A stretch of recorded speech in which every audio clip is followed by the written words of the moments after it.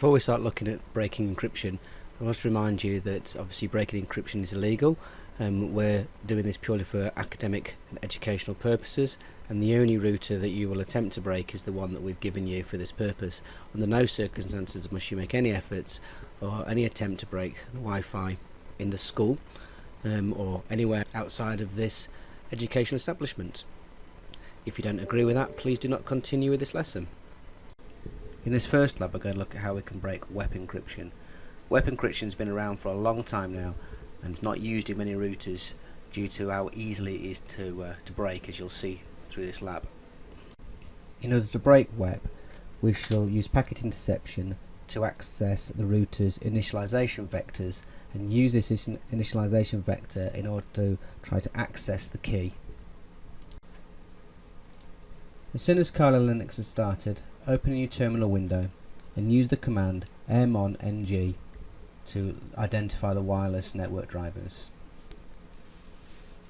Identify the one that's running on the USB port and use ermon-ng start, and in this case WLAN1, to open that wireless adapter in monitoring mode. Monitoring mode will allow us to monitor the Wi-Fi traffic coming from the router and going to the router. There's usually some processes left running, so make sure you kill those first, and then run the command again just to make sure that monitoring mode has started. And you can see I've now got a monitoring port on WLAN1 mon. So I'm going to clear the screen and use the aero dump command to access the data using my monitoring card. So aero dump ng WLAN1 mon. Now this lets me see all the routers that are available. The one we're going to look at today is the one using web, NCC 1701. So once we've got a little bit of data there to make sure everything's working, use Control-C to break the program that's running. Start a new terminal.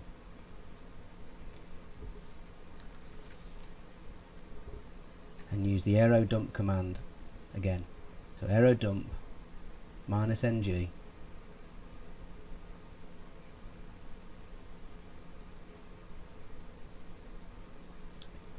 -C and the channel, which is in this case channel 11. -W is the file I want to write my data to that I'm stealing.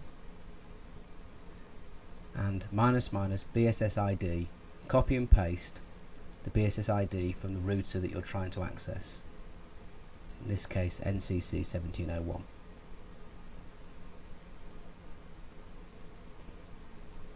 Finish the command off with the port you're using, so WLAN1 mon.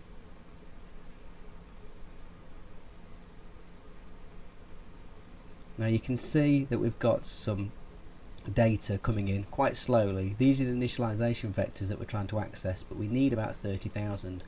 So open a new terminal window and we'll try to do an authentication to try and trick it to sending us more data. So we'll use the air replay command, and we'll use -1, which is fake authentication, a 0 delay, -A and the BSSID that we're trying to access, finished off with our monitoring port. You should get a smiley face come back to say that it's sent an association request and that's been successful.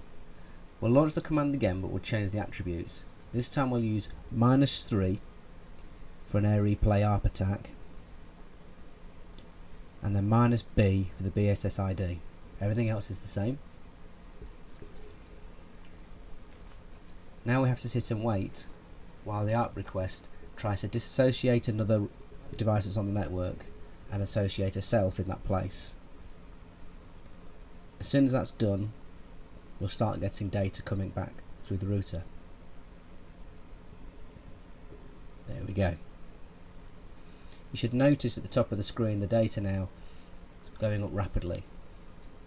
We need at least 30,000 initialization vectors before it's even worth trying to break the encryption. So we'll sit and wait now until we've got a little bit more data coming through. Now I've got about 20,000 initialization vectors. It's worth having a look at the data file that we're actually recording it into. In this case the file is called ncc data cap. I've copied the name of the file and I'm launching the aircrack command, so aircrack -ng and the name of the file I'm trying to break.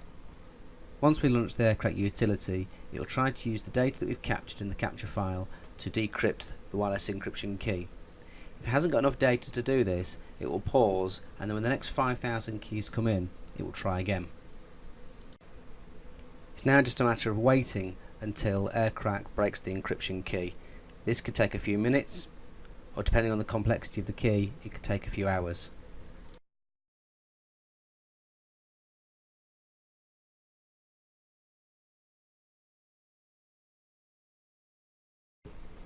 And there we go. If you look at the amount of data, just around 50,000 initialization vectors, the time roughly 4 minutes, the code was cracked, and in this case, if we just close all the windows and get them out of the way,